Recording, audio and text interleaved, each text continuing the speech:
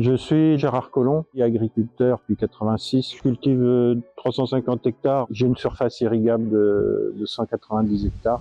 Cette année, je dois avoir 125 hectares de maïs, dont 118 d'irrigués, de blé, 85 hectares. J'ai 100 hectares de colza et puis 15 hectares de tournesol.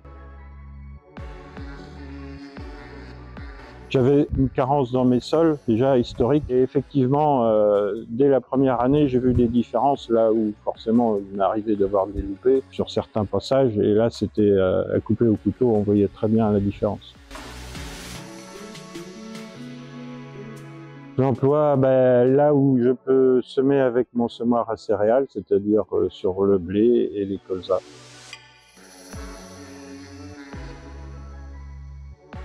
Au vu des résultats la première année, il y avait une nette différence quand même. Un blé plus régulier et aussi un peu plus dense. J'avais des faiblesses dans mes analyses de sol au niveau du phosphore, c'est sûr. Et Timac Agro m'a proposé le top phos que j'ai pu mettre avec mon semoir. Et ça résout bien le problème de carence en tout cas. En fait, je suis en terre plutôt basique avec des pH autour de 8,5 avec terre calcaire. Et c'est vrai que j'ai besoin d'un phosphore qui soit assimilable.